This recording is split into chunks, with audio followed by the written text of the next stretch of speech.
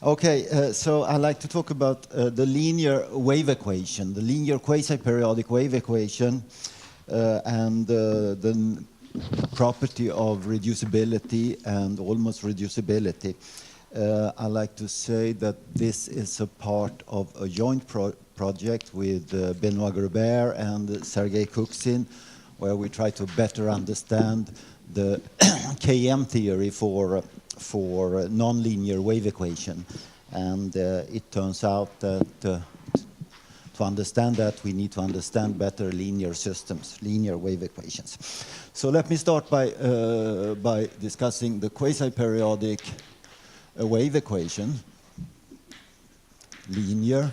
So it's an equation of this type. U double dot equals delta of U plus mu of U plus V T omega dot of U. So it's a linear equation, Laplacian, plus a potential that depends on time and quasi-periodically on time. V here is a function from an n torus, the time frequency space, and a d torus, the space modes, real valued, analytic. So this is the periodic in X, so we have periodic boundary conditions on this problem. Omega is, so this one, the variables here will be called phi, the variables here will be called x.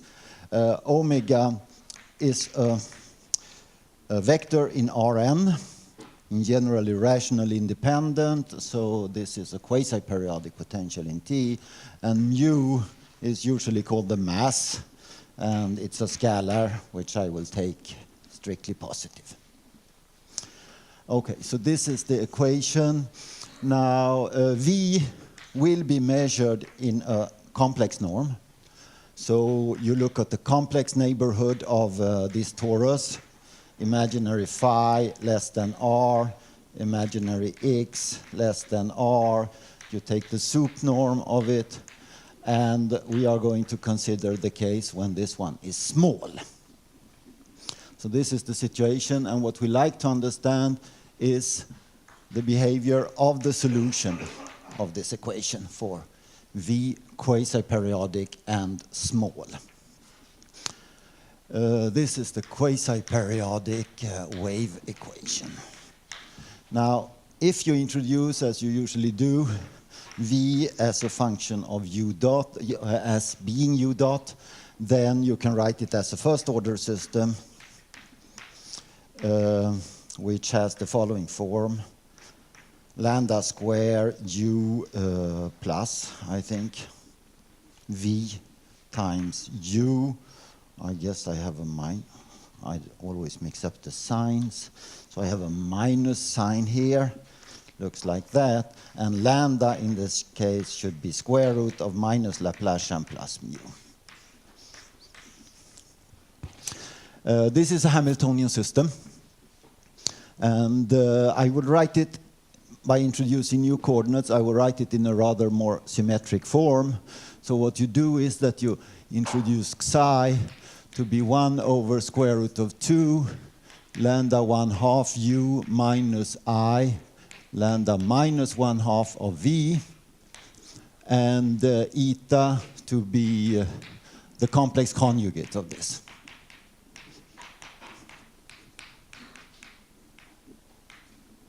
And then the equations here can be written in, take the form xi eta dot equals I lambda psi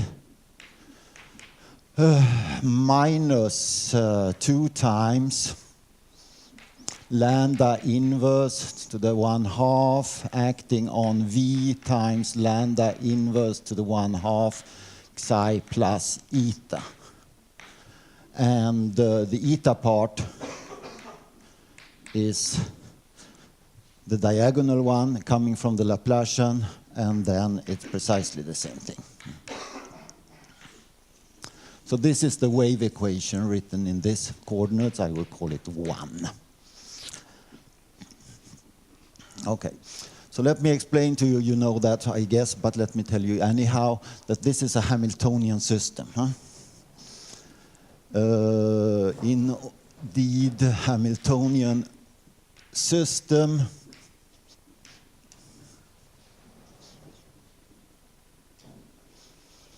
the phase space is HS, which is just a product of two Sobolev spaces, complex. And I suppose we should take S here bigger than D over 2. On this space, you have a symplectic form, which we call omega psi eta, acting on pairs of functions, psi prime, eta prime, which is simply I times the integral of psi eta prime minus eta psi prime integrated over the torus. And that's a symplectic form on this infinite dimensional space. It's a bilinear form, antisymmetric, and well, weak symplectic form. So it permits us to associate to one forms on this space vectors. Vectors which in general will not belong to the same S space, but to something weaker. So, and this is precisely what happens here. So if you take psi k, psi eta, you define it as, I think, in this way.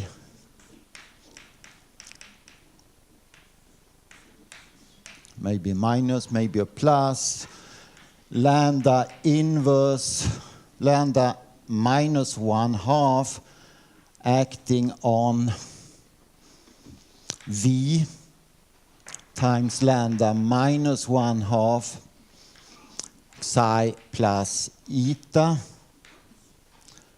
Everything multiplied by psi plus eta integrated over the torus. Then we have a continuous or smooth function on this space. And we can take the differential, which is a one form on this space, and then we can use the symplectic form to associate a vector field to this one form. And this vector field is called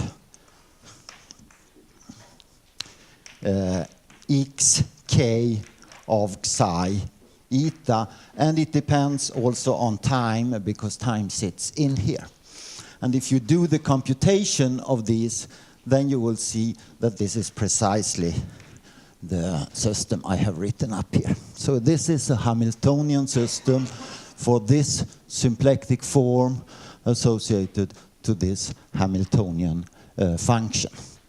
And it takes the form more generally. It's quadratic in psi, so it has this particular form. Second derivative, say, of 0t omega multiplied by psi eta. This one I call J. And this one, this guy here should be interpreted in a sense that this big formula becomes correct. So this is a linear Hamiltonian system with quasi-periodic time dependence. What do you do? What would you like to do when you have such a... Yeah, let me say something more also. That this has a flow, and this flow preserves... Well, it's a flow on this space, but it preserves also a subspace, which is psi equals eta bar, which is a subspace of this and the flow. And everything I will do, all transformations I will consider, everything should preserve this subspace. I will not mention that anymore, but that is important there. Now, what do you like to do with this? So let me talk about conjugations.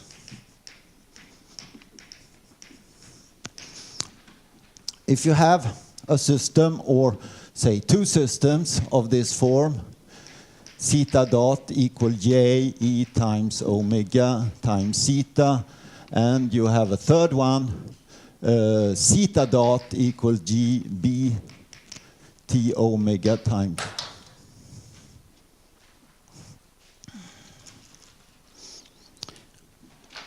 times zeta, then you can sometimes transform one to the other. What is the rule of transformation?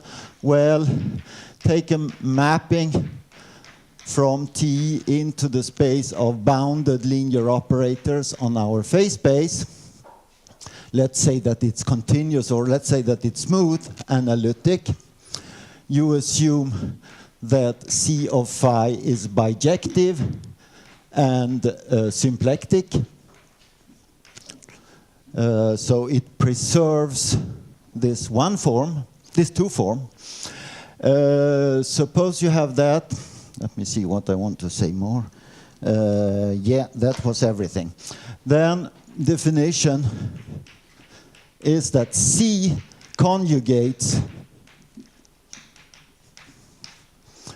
2 and 3 if and only if zeta of t equals c t omega times c of t is a solution of 2 whenever c of t is a solution of 3, and conversely. So knowing the solution of one of these equations, knowing this transformation, you know the solutions of the other one. Sorry? Yes, it's Tn, thanks. Tn. This property is equivalent to a linear PDE on the torus. It's equivalent to taking the derivative of this function with respect to phi, the directional derivative in the direction omega, and it will verify jb of phi times c of phi minus c of phi times ja of phi. So this is the equation for conjugating two systems. If you have a solution of this equation, which is bijective, symplectic, then it transforms solution of one system to the solution of the other system. Now, the notion of reducibility is to say that 2 is reducible if and only if it is conjugated to 3, another equation with jb phi independent, constant, and an operator which has a pure point spectrum. And so this is a definition of a system being reducible. You can conjugate it to a constant coefficient system which has a pure point spectrum, and then the solutions, of course, of psi of t now becomes psi omega t, zeta omega t times e to the jb times t. If the spectrum here is purely imaginary, then all the solutions here are no, this is not what I want to say. All the C of naught. All the solutions here are almost periodic, which has internal frequencies coming from this linear operator, and some external frequencies coming from the forcing here. So this is what we call Floquet solutions in general. Or if when the spectrum here is purely imaginary, in spectral theory you talk about Bloch waves. So reducibility means that the system has a basis of Floquet solutions or Bloch waves. And what one would like to do with a system like that, or like that, which is done, is the first question that one would like to ask is it reducible? That's the natural question to ask for systems which are close to constant coefficients. here I recall that this is a small, this is the natural question to ask for this system. When V is big, it's not necessarily, or it's not in general, the natural question to ask. But when V is small, this is the natural question. Okay, in order to tell you something about this, I think I'd like to mention first something about the quasi-periodic Schrödinger equation.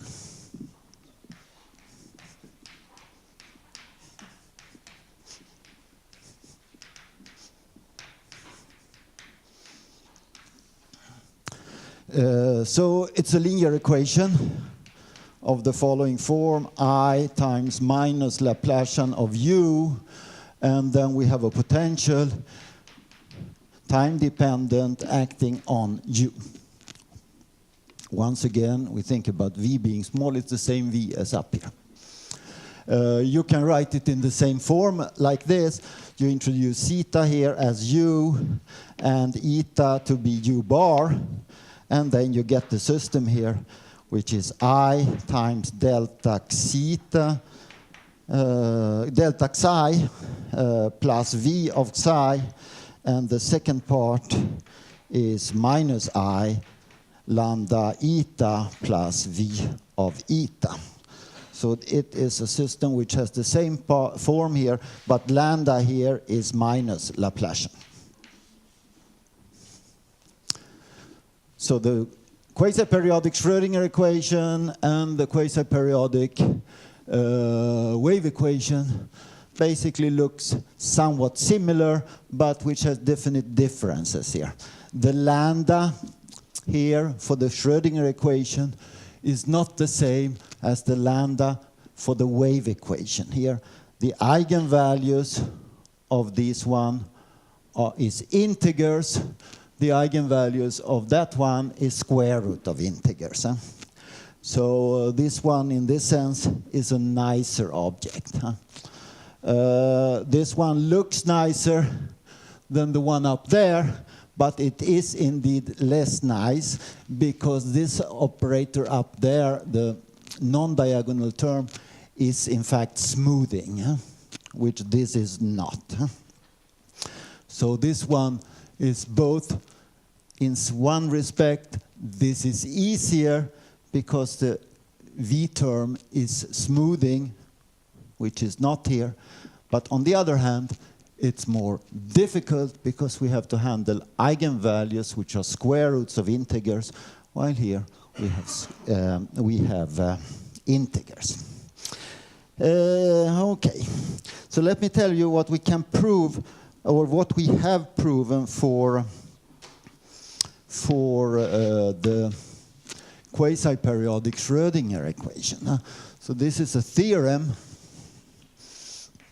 which dates a couple of years, and it's due to Sergei Kuksin and myself, and it says the following.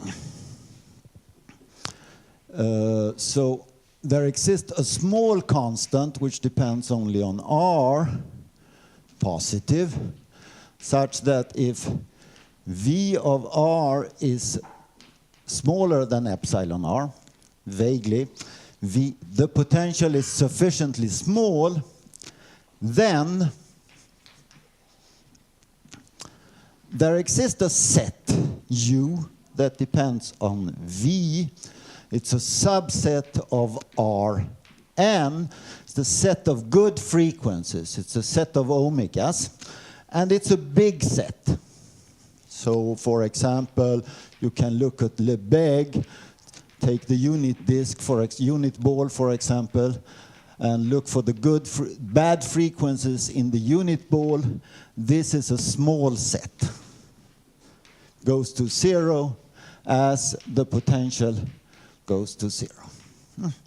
So the complement U of V is big. So it's a big set of frequencies. These are the good frequencies, such that for all good frequencies we have reducibility.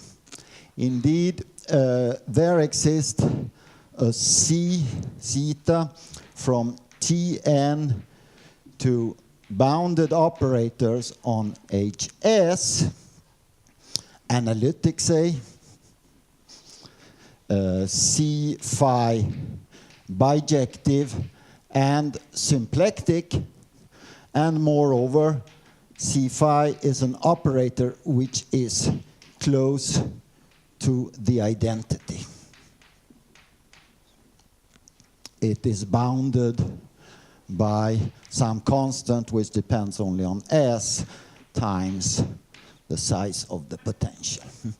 So we have a mapping here which in an analytic way associates to each phi a symplectic bounded bijective operator which is close to the identity.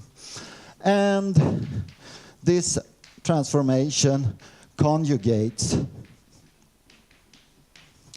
let me call this equation 4, conjugates 4 to a constant coefficient system.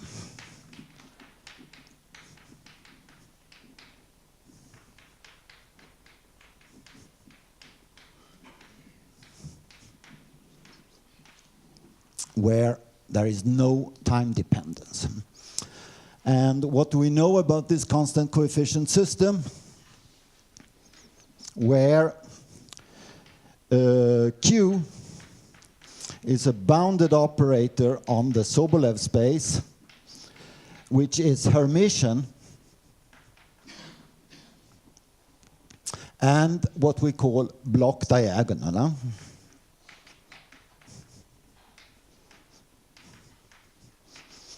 So what does it mean? It means that this is a direct sum of finite rank Hermitian operators, and moreover we have some control on the domain of this operator. If you take the scalar product of EA and EB with respect to Q, then this is 0 for all AB which have different norms here. And EA of X is just an exponential basis. So the range, so it's a direct sum of finite range operator, and the range of each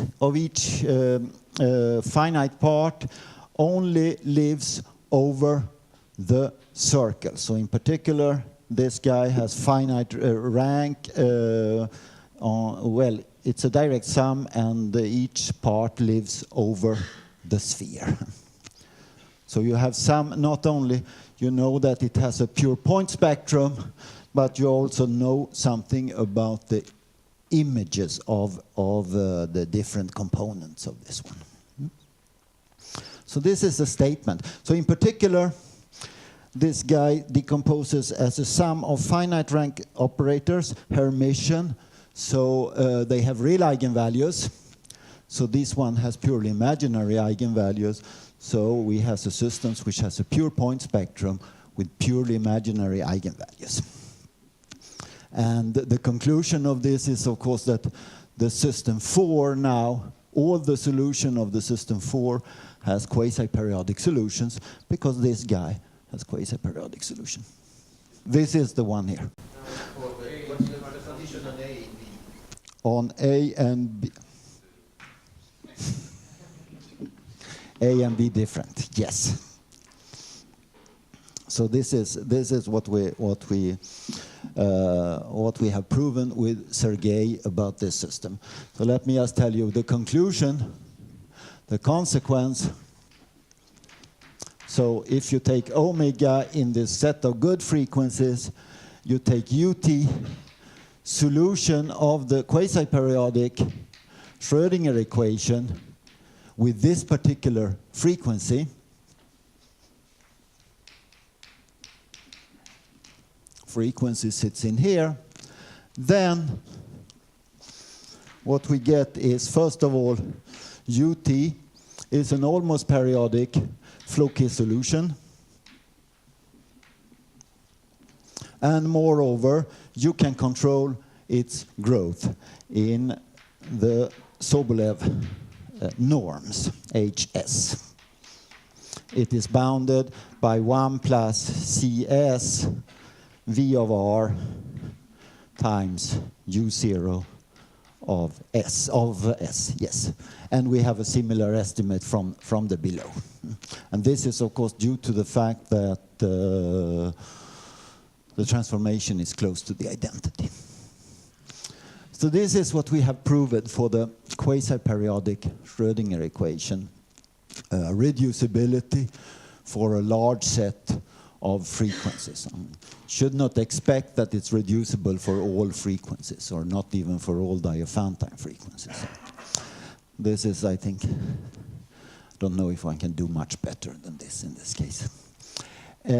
So what we wanted to do was to prove the same result for the wave equation.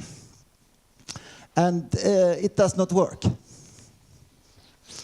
It does not work at all. I have no idea if such a result is true for the quasi-periodic wave equation, but what I know is that we cannot prove it. That I definitely know. So let me tell you what we can prove, or what we think we can prove, for the quasi-periodic wave equation. I think I'll take away all this.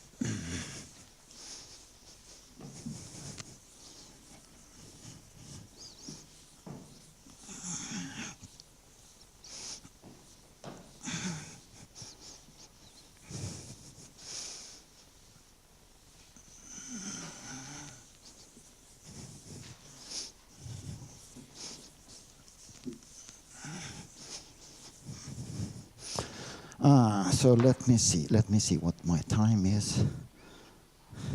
Yeah, I think.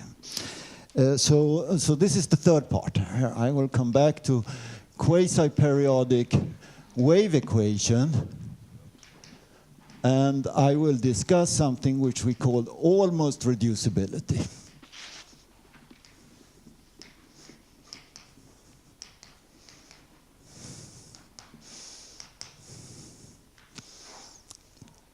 But before I enter onto this, let me talk a little about Diophantine conditions. I think I'll put it here. Diophantine conditions.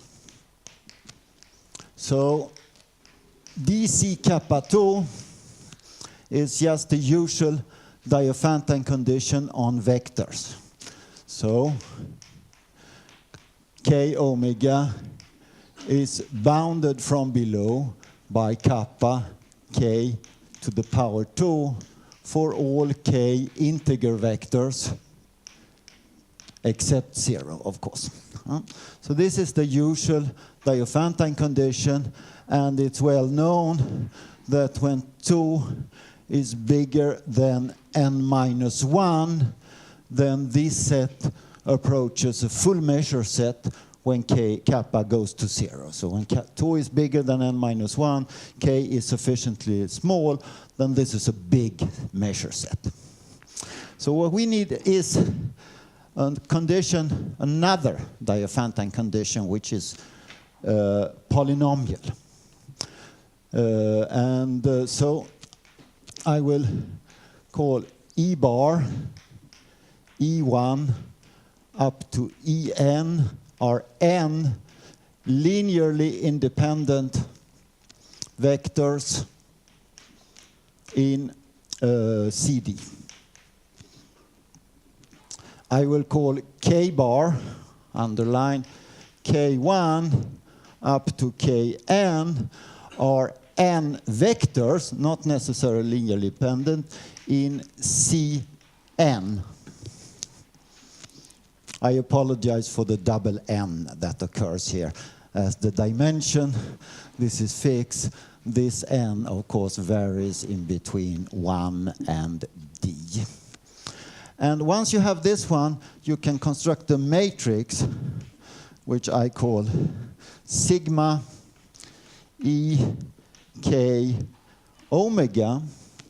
And the matrix element is ki omega multiplied by kj omega minus ei Ej, just the usual scalar product in the Euclidean space. So this is the matrix element on line I, row j.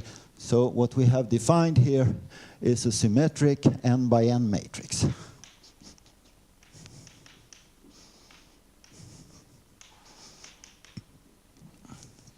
And the definition here is the following, that omega is in dc prime kappa 2 if and only if the determinant of this matrix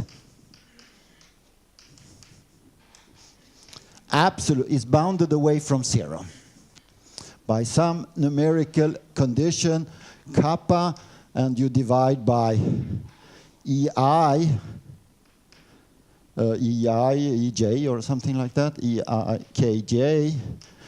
You take the product over all these guys. You add 1 to exclude 0. You take kappa 2. And this is going to hold for all E bar and for all K bar. So this is when the dimension here is 2, this is at most a quadratic condition on omega, and when the dimension is 3, it's a cubic condition on omega, etc., etc.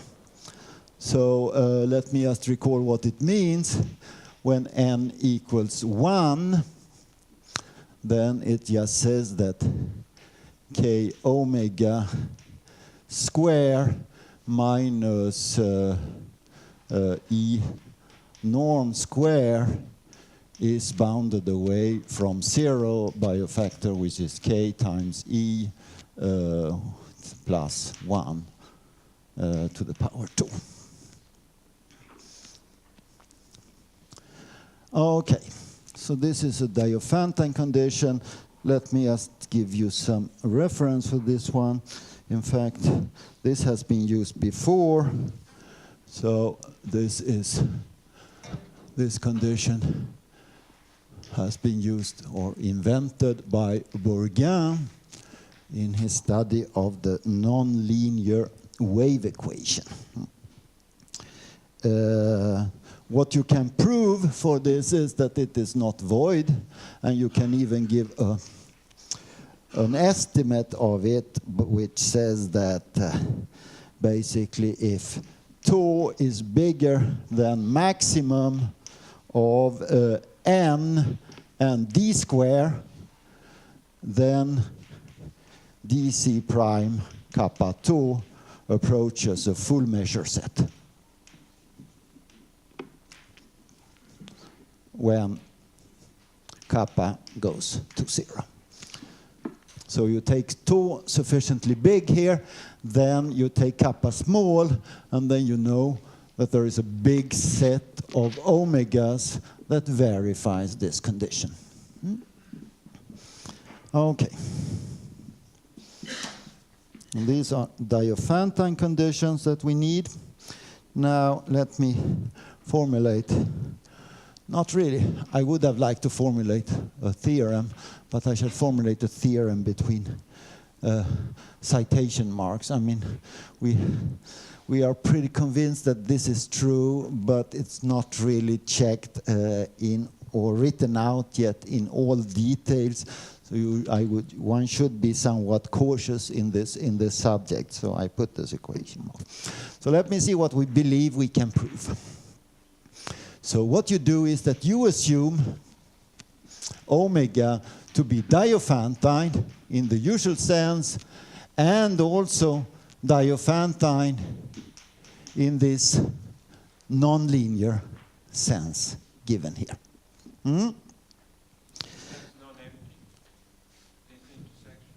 Well, when tau is sufficiently big, this is a big measure set, and this is a big measure set, so it's certainly non-empty, for sure. What I haven't really checked, and I'm not sure, is that if possibly this one implies that one, but I'm not really sure about that. So the statement is the following, that there exists a small constant which depends on R on kappa and tau. So here is kappa and tau, and you take an R, which is positive, such that if the potential now is sufficiently small, in this sense, then there exists a set which depends on the potential, say that it lies in 0, 1. So these are the masses. These are the good masses which we have here. It's a big set. Lebesgue 0, 1 minus u of v goes to 0 as the potential goes to 0.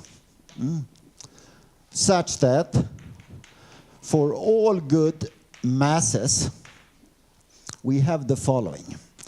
We have something which we call not reducibility. I don't know if that's true, but we have something which we call a slightly weaker, which we call almost reducibility, and which has the following formulation.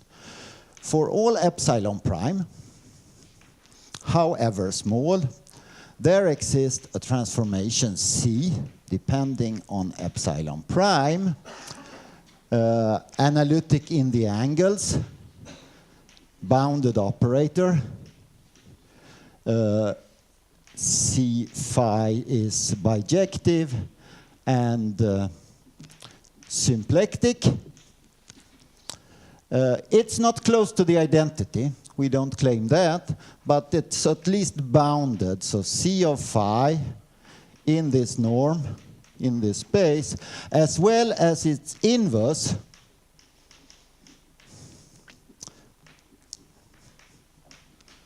is bounded. And we have a bound on it. C of S times R epsilon prime of S. And what is R epsilon prime? R epsilon prime is something which is log of 1 over epsilon prime up to some exponent. This exponent only depends on the dimensions, n, d, and on tau. So we have such a transformation, and this transformation that conjugates our equation up there, 1 mu, to, well, almost a constant coefficient system.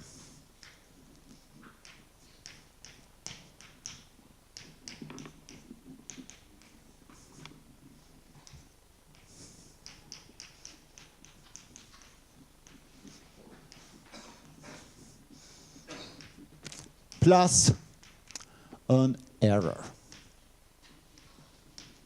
which is necessarily linear.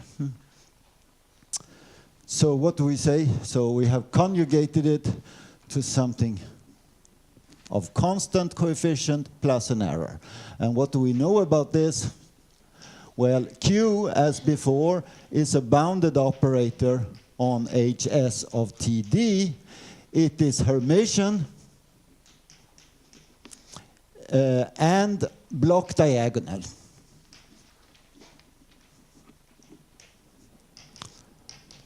But not as good block diagonals as in the Schrödinger case. It says that EA Q times EB of S is 0 if the distance between A and B is bigger than R of epsilon prime. So that's what it comes to.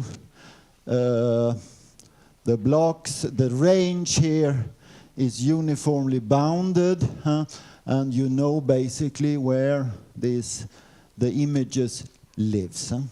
So this is 1, and 2 is that this guy is small.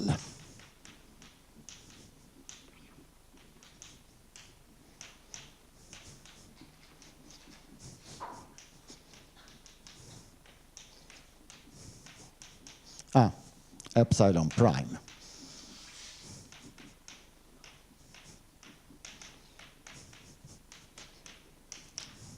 So this is what we have.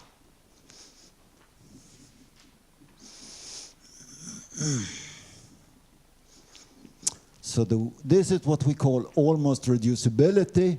We can conjugate it to a constant coefficient system which has a purely imaginary point spectrum modulo a term which can be made arbitrarily small.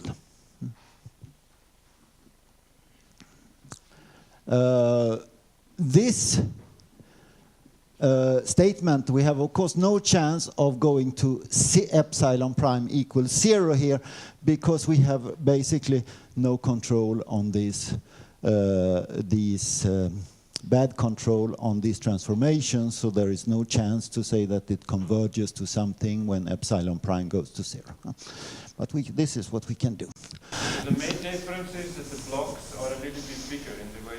Well, the main difference is, no, the blocks are in fact not bigger. Blocks are not bigger, but they are not confined to the spheres. So they can, here in this, in the Schrödinger case, if I take a component here, its image only occupies the modes which lies on the sphere. So they are really projects, or they are invariant, well, whatever, I don't know what to say here, but I hope this is clear. So these are, but they of course may be very big, because this one, this number of integer vector on a sphere is unbounded. So this can be arbitrarily small, but you know that they are always confined to some set. In this case, you don't know if they are confined, you only know that they live on a set, but when your epsilon prime gets smaller, this set gets bigger. So this is one difference. You have less control on the range of this operator here than what you have here. And the second thing is also that you have a small error. Which one? The block?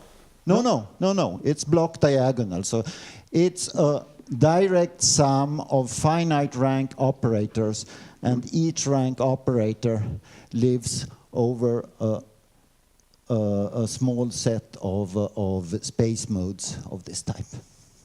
No, this is a linear thing in. This is a linear thing in psi eta.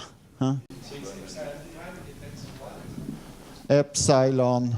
So here you take any epsilon prime. You have an epsilon. You have a perturbation. You take any epsilon prime. For example, you may take e to the minus 1 over epsilon. That you can take. But you can also take e to the minus 1 over epsilon to the 1 over epsilon. That's another epsilon prime. And you can take e to the minus 1 over epsilon to 1 over epsilon to 1 over epsilon. That's a third epsilon prime. You take whatever you like. And what this claims is that you can find a conjugation of this system to constant coefficient system, a pure point, purely imaginary, modulo this particular value. Okay? The blocks might depend on the choice of epsilon prime. The blocks Might depend on the choice of epsilon prime. Yes, of course. Well, typically what happens with the blocks is that they get bigger when you take epsilon prime small. At least this is the estimate that we have. The blocks gets bigger when you take epsilon prime smaller. Okay? More questions? No, not at all close to the identity. The only thing we have is that it's bounded by something, and it's invertible, and the inverse is bounded by something which we have some control on. I'll come to that, I hope. So say something about this. No, I'm not sure I will have time to do that. But let me try. Okay, let me just tell you, can you use something of this? So the consequence is, of course, that you take a mu in the good set of good masses, and you take ut, a solution of the quasi-periodic wave equation of times for this particular mass value. And then what you have is that ut minus some almost periodic Floquet solution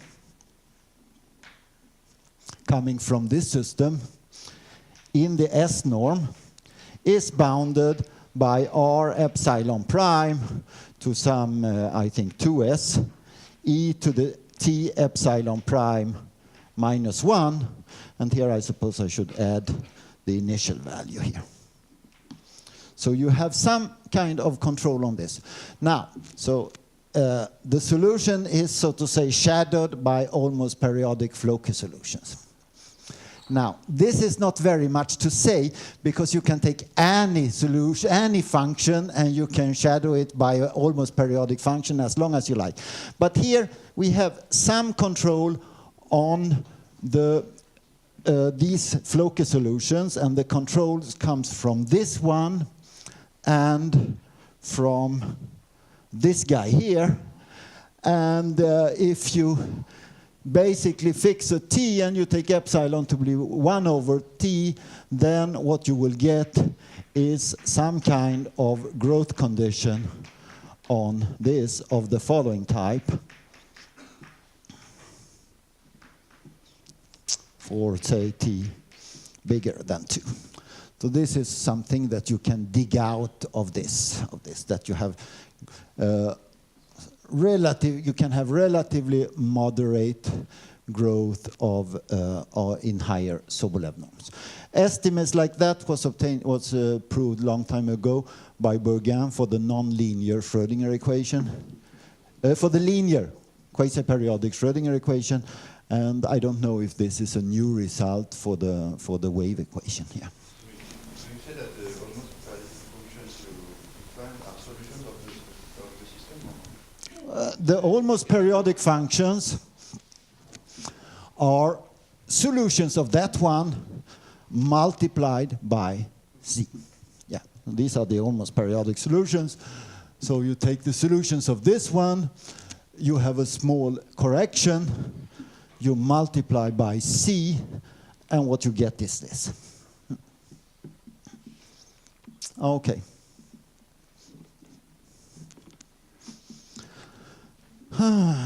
More questions? Oh, great. So let me see. How much time do I have left? 5 minutes? No, come on. That's not... No, I'll take 10 minutes. Sorry? No, I just want to... I will just rapidly recall the difference that occurs between the Schrödinger. So we have one theorem. We have one theorem for the Schrödinger equation. I don't know if that theorem, if we can prove that theorem for the wave equation. And we have one almost theorem for the wave equation. I don't know if we can prove that for the Schrödinger equation. These are different worlds. Huh? So in order to prove reducibility,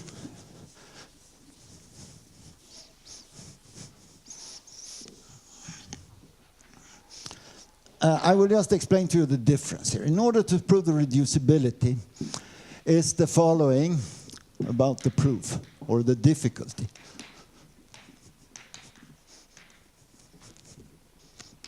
So we have a system. I call it I, 0, minus lambda. I, and then I have I, a perturbation, which I will just call, which is particular, but I will just call it A. We have a perturbation of this guy. And what we like to conjugate is to a new system, which really does not depend on time. Let me put in phi instead. Lambda, 0, 0, minus lambda. And I like to replace this by something which is of constant coefficient and moreover has a relatively simple form.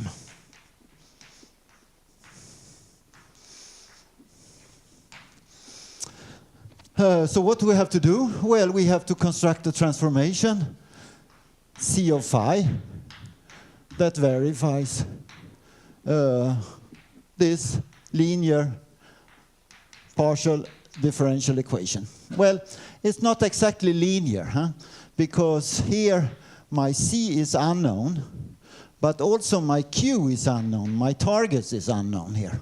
So it's really not a non-linear PDE on the torus. Huh? And what you do, of course, if you here I should put an epsilon, say. If you have a non-linear equation, what you do, you linearize, huh? Which amounts to saying, let's say that I really like to do something, transform it to a system like that, plus a much smaller term here. And I like to do it with a transformation that has this form. Now you linearize it.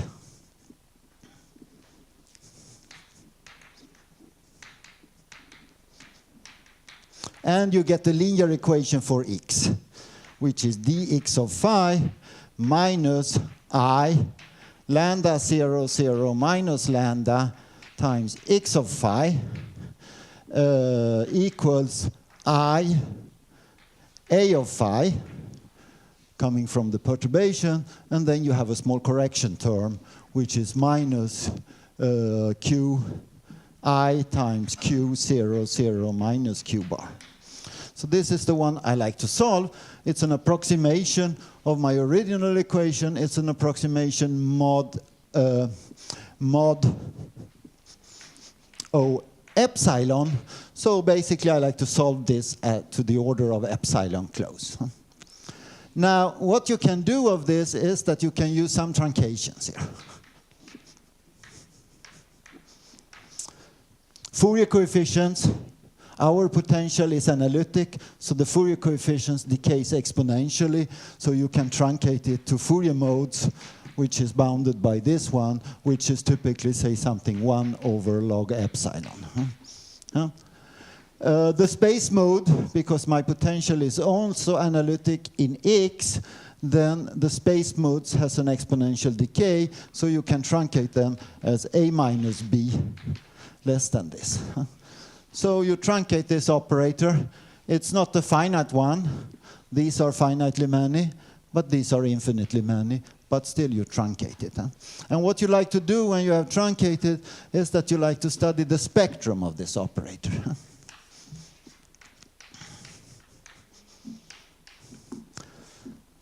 This is diagonal. This is diagonal. The spectrum is k omega minus diagonal elements here, lambda b minus lambda a. It's multiplied by I. And what you need is some kind of lower bound here. And you need it for k bounded and a minus b bounded. Now, for the Schrödinger equation,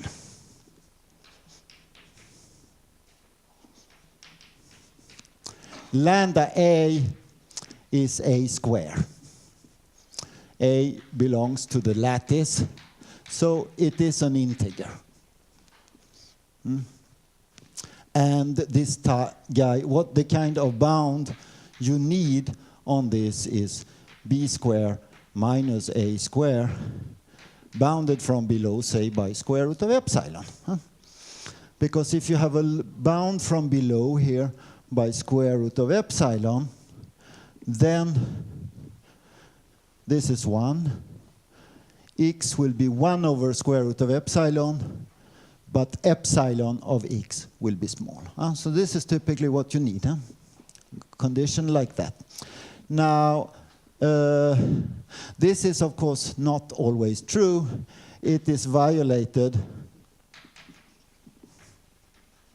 for a equals b and k equals 0.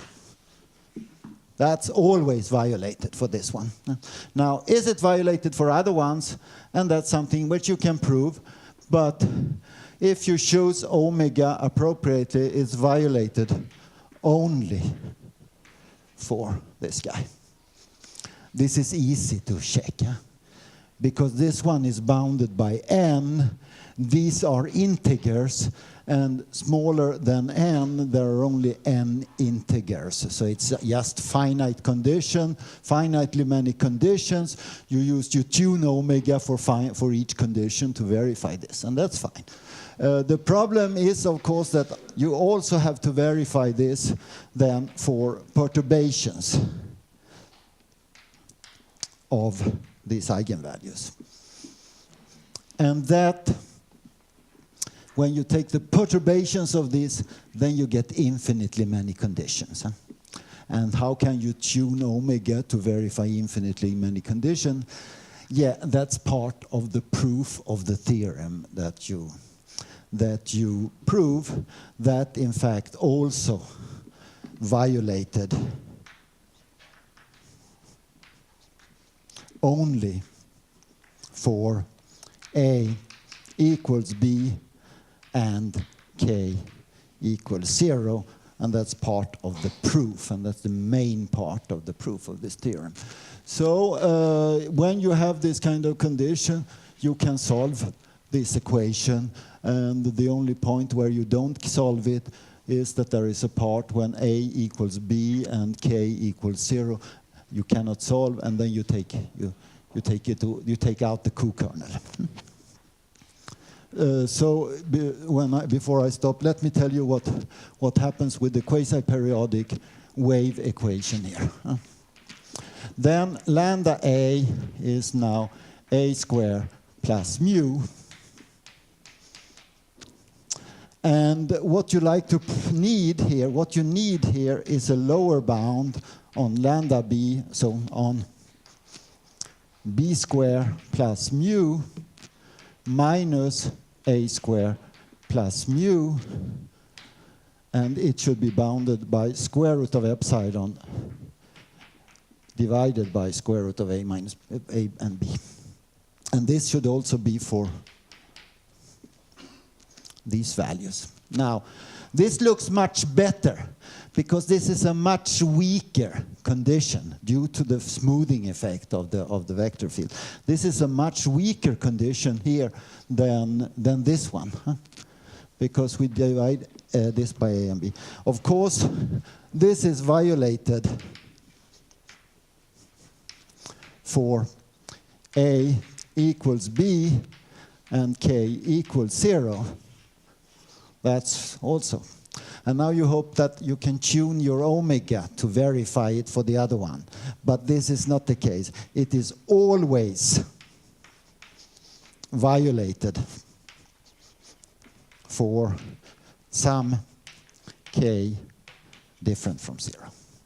This is always. So this kind of what you call second Melnikov condition for the Schrödinger equation, it is slightly violated, but we can control that. But for the wave equation, it is much more strongly violated. Now, if you give me 1/2 hour more, then I would explain how you do all this. Let me just tell you that since some 20 years, we know how to get around the second Melnikov condition for finite dimensional systems. Basically, it is based on the fact that you have to analyze and describe all the violations here, and you have some kind of structure. So that we know how to do that in finite dimension, and the proof here goes through an analysis of and the description of all the violations that you have. And what you can do once you have described all the violations, you can make a change of variable which, so to say, changes the Fourier modes and replaces all the violations to this case. Well, I don't think I will enter enter into the details. But the fact is that what you need is that you need a quite careful and description of the structure of these violations, and what you can do by time-periodic, time-dependent change of variable. You can change the spectrum of this operator, and then you can change the eigenvalues here by some factor of this type, and you can reduce yourself from this case to this case. Well, I'm not going to. I'll explain this to you in more detail. But that's where, when you do this kind of renormalization of the spectrum of this operator, that's where the thing comes, where you have to use transformations which are not close to the identity, and well, that's how you have to do it. Okay, I'm sorry I ran over time, so thanks for your attention.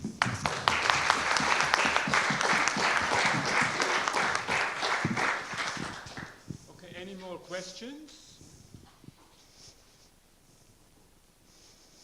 Well, I have one more question, the answer of which you are, of course, extremely eager to know. I mean, where does the mu appear in this structure? Ah, well, yeah, but you don't use it here. Well, the mu only appears in the fact that this is not the only spectrum here. But you also have, this is the spectrum which takes care, part of the spectrum which takes care of the diagonal terms here. And the part of the spectrum which takes care of the anti-diagonal terms is a plus sign. And that you don't want to have any violations at all to the plus sign, so you really need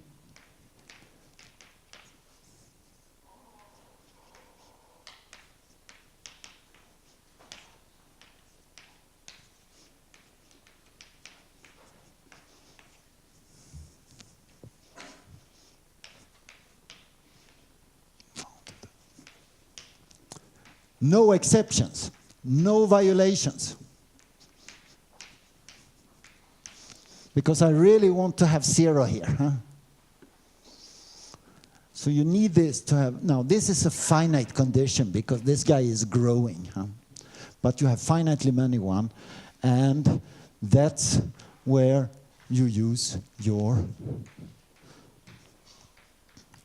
mu, because this one varies nicely. It's basically 1 over a. And it's always positive. That's an important thing. Huh? So this part here is taken care of. This is what contributes, so to say, to the renormalization. This one is taken care of by choosing of mu. If I want to have just a finite block component which has parts here also, I could do without my mu. Okay. More questions? The eigenvalues. So let me see. You mean here? Well, they will depend on V. On Omi. The eigenvalues, now, at the first step, they don't depend on V. Huh? And at higher order, they will, for sure. Because finally, only under this Diophantine condition, you basically analyze and you find finitely many violations. These particular violations will depend on V, and in order to get rid of them, you have to make a transformation that depends on V. Everything depends on V, but independent of V, there are only finitely many violations to this. Huh? And so you have to do something different from different V. So to say, the perturbation theory looks different for different V, but it always works in the same thing.